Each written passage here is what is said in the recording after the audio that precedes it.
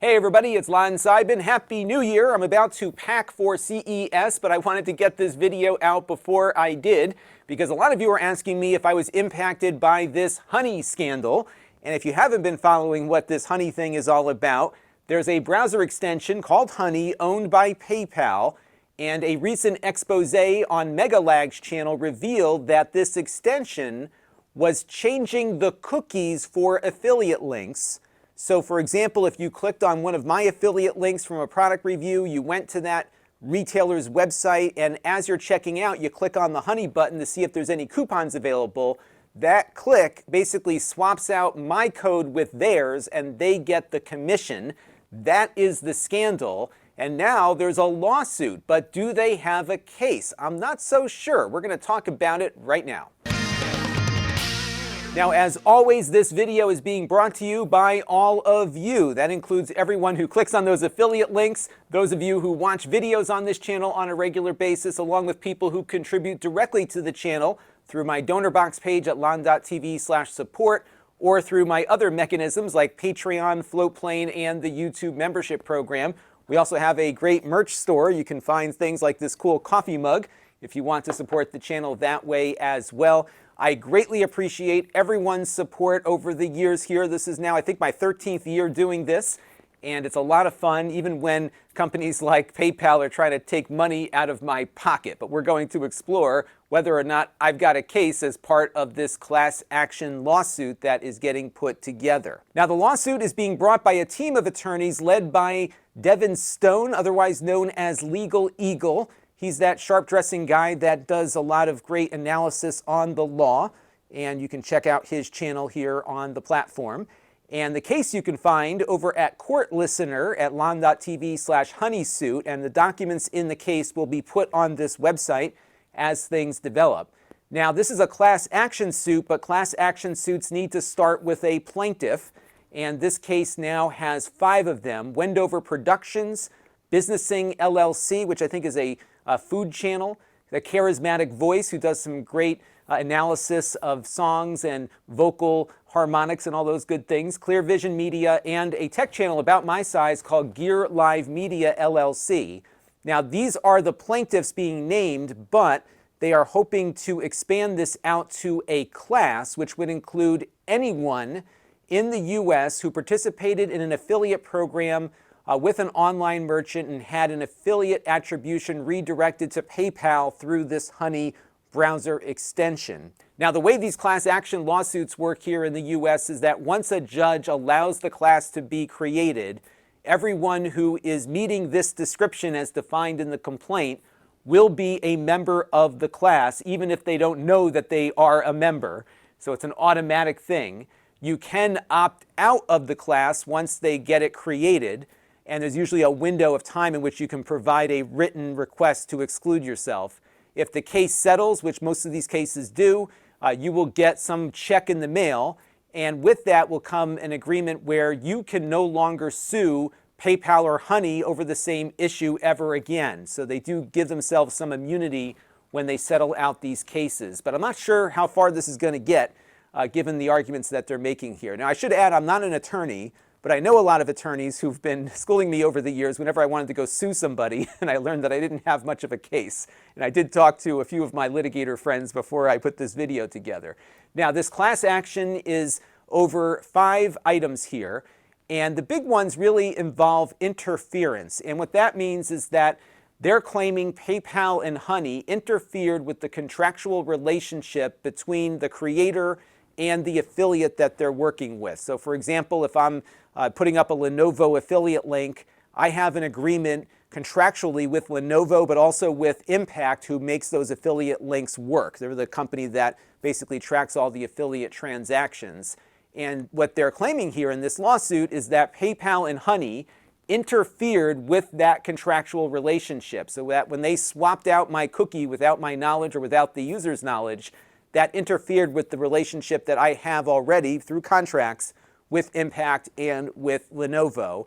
Additionally, they're claiming that the PayPal folks have unjust enrichment because they interfered with this contractual relationship and then they kept the money.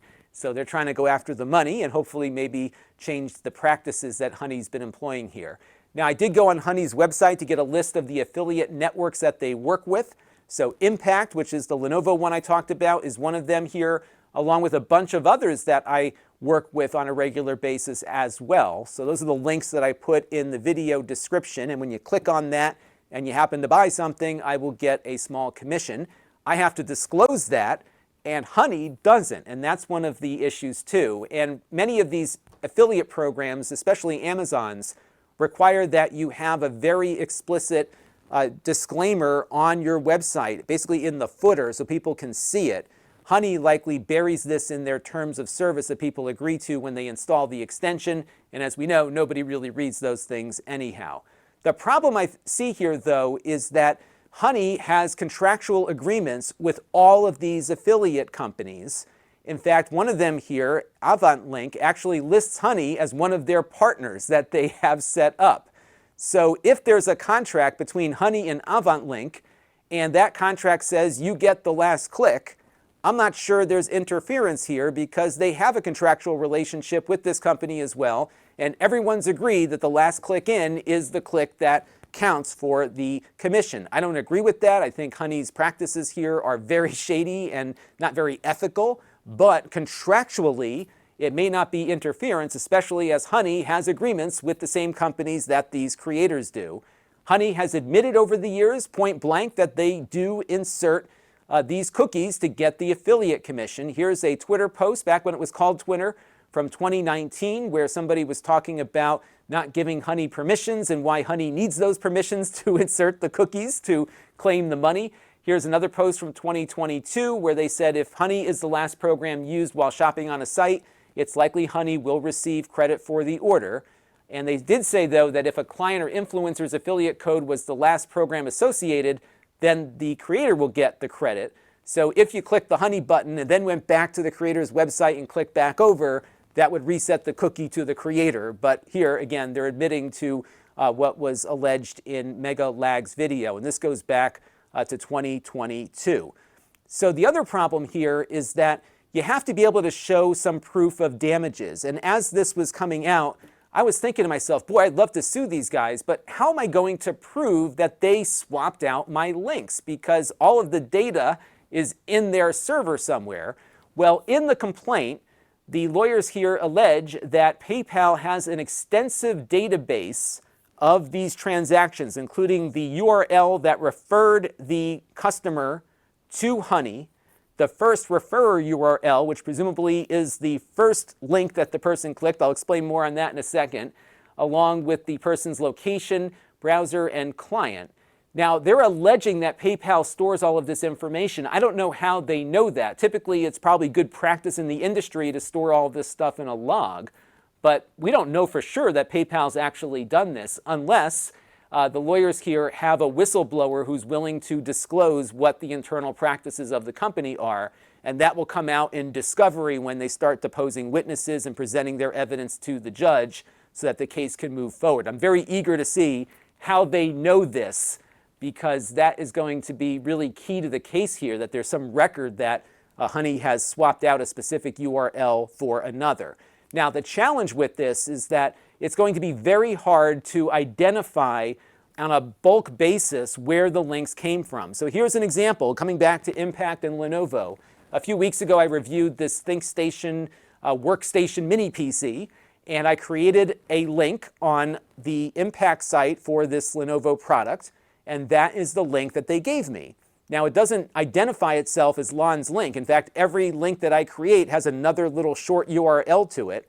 And when you click on that link, you're brought to the product page on the Lenovo's website, and look at the URL. It actually doesn't have any identifying information about me at all, because what happened when I clicked that link is it dropped a cookie, and then it redirected over to Lenovo's homepage where the product lives. And now that cookie is kind of living in the background. But again, that cookie is not likely going to identify me.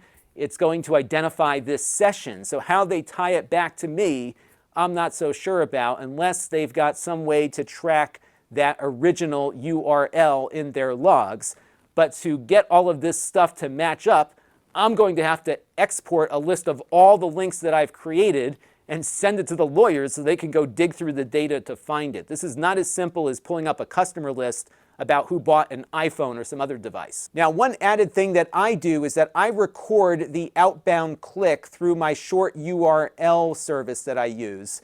So you'll see when I put an affiliate link up, there's always a Lon.TV / and then the short URL.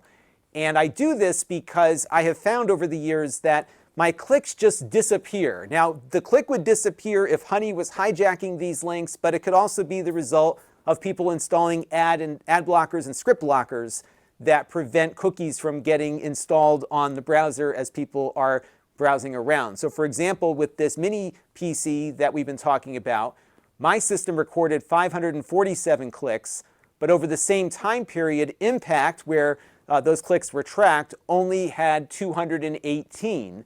So did Honey steal all of my clicks, or did somebody else? Who knows? But I have found over the years that the number of clicks that I see going out never match the number of clicks going in. And it's possible that there might have been some bots clicking on these links, and Impact is good about filtering those out.